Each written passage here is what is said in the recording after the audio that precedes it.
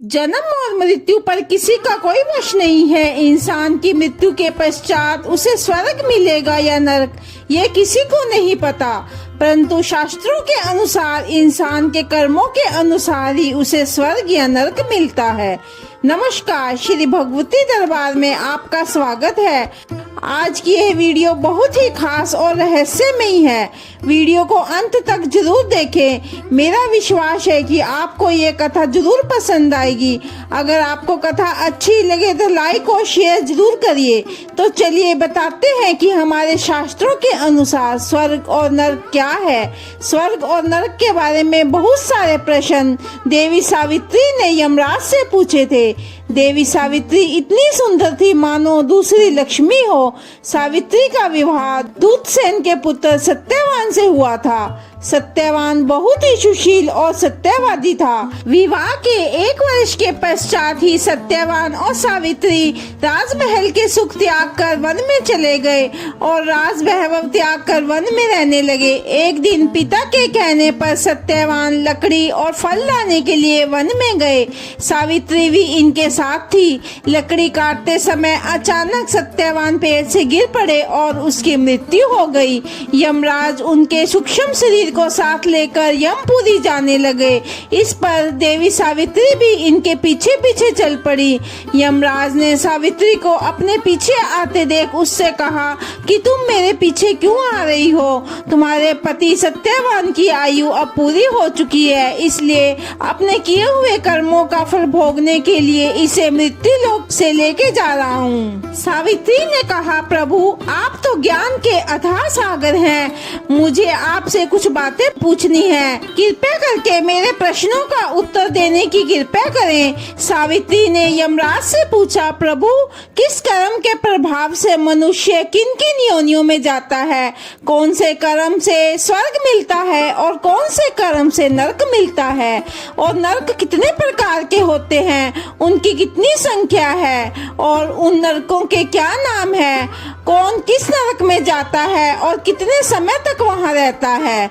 धर्मराज ने कहा, हे पुत्री, अभी तुम्हारी आयु बहुत कम है, परंतु तुम्हें ज्ञानियों और विद्वानों से भी बढ़कर ज्ञान है। मैं तुम्हारे सभी प्रश्नों के उत्तर अवश्य दूंगा। शुभ और अशुभ कर्मों के अनुसार ही मनुष्य योनि में जन्म मिलता है। जो प्राणी तीर्थ स्थानों में रहकर तपस्या करते हैं वे ब्रह्मलोक में जाते हैं। जो लोग जरूरतमंद व्यक्ति या निर्धन ब्राह्मण को अन्न दान करते हैं वे शिवलोक में जाते हैं। अन्न दान में जितने अन्न के दाने होते हैं वह व्यक्ति उतने वर्ष ही शिवलोक में रहता है। यदि ब्राह्मणों और निर्धन को दान में आसन प्रदान किया जाए तो वो मनुष्य हजारों वर्ष तक विष्णु लोक में रहता है। जो व्यक्ति किसी निर्धन ब्राह्मण को दूध देने वाली गाय दान करता है तो वह गाय के शरीर में जितने रोए होते हैं उतने वर्षों तक ही विष्णु लोक में रहता है। धर्मराज ने सावित्री से कहा, पुत्री कोई भी प्राणी शुभ कर्म करने से नरक में नहीं जा सकता। नरक में जाने का कारण है अशुभ कर्म। नरक में बहुत सारे कुंड बने होते हैं। ये सभी कुंड पापियों को दुख देने के लिए बनाए जाते हैं। 10 लाख सेवक सदा इनकी देखरेख करते हैं। अब किन पापियों को किन कुंडों में जाना पड़ता है यह बताता हूँ। जो व्यक्ति बल के अभिमान में अपने कुवचनों से अपने ही बंधु मित्रों का अपमान करते हैं वह प्राणी अग्नि कुंड नामक नरक में जाते हैं। जो व्यक्ति घर पर आए हुए भूखे और प्यासे को भोजन नहीं देता वह तपत कुंड में जाता है। जो व्यक्ति भगवती जगदम्बा या देवी देवताओं की निंदा करता है वह अत्यंत भयंकर कुंडों में जाता है और सर्प योनि में जाता है। जो व्यक्ति माता पिता गुरु स्त्री और अपने बच्चों का पालन पोषण नहीं करता वह गरल कुंड में जाता है। उसे पीने के लिए विष दिया जाता है। जो व्यक्ति अपनी पुत्री को पाल पोस कर उसे बेचता है वह मांस कुंड नामक नरक में जाता है। मेरे सेवक उसे डंडों से पीटते हैं। उसे 3 जन्म तक सुअर की योनि मिलती है। जो व्यक्ति किसी को विष देकर मारता है वह 7 जन्म तक कोढ़ी रहता है। उसके शरीर में से फोड़े फुंसियां निकलती रहती हैं। तांबे और लोहे की चोरी करने वाला व्यक्ति बीज नामक कुंड में जाता है। जो बलवान व्यक्ति किसी दूसरे की संपत्ति को छल से छीनता है उसे सूची नामक नरक कुंड मिलता है। दिन रात उसका शरीर उसमें जलता रहता है। भाई की पत्नी और गुरु की पत्नी, भाभी, बहन, माता, पुत्री या कोई गर्भवती स्त्री जो व्यक्ति उन पर गलत दृष्टि रखता है उसे कुंभी नामक नरक में डाला जाता है।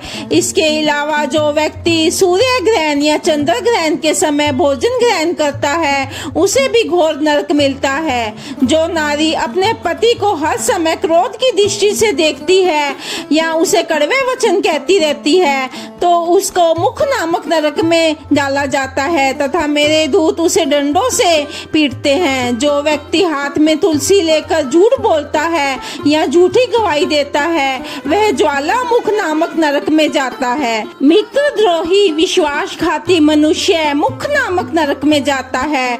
यमराज ने सावित्री से कहा, हे पतिव्रते सावित्री, ये नरक कुंडों का जो मैंने वर्णन किया है इसके अलावा भी अन्य छोटे छोटे नरक हैं। अपने बुरे कर्मों के फल भोगने वाले पापियों से नरकों का कोना भरा हुआ है।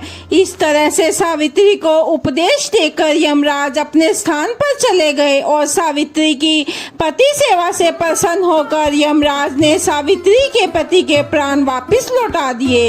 इस तरह से पतिव्रता सावित्री ने अनेक वर्षों तक सुख भोगकर अपने पति के साथ भगवती के लोक में चली गई। नरकुंडों की यह अद्भुत कथा अगर आपको अच्छी लगे तो हमारे चैनल को सब्सक्राइब करना न भूलें तथा इस वीडियो को अपने परिवार, मित्रों और रिश्तेदारों के साथ शेयर जरूर करें।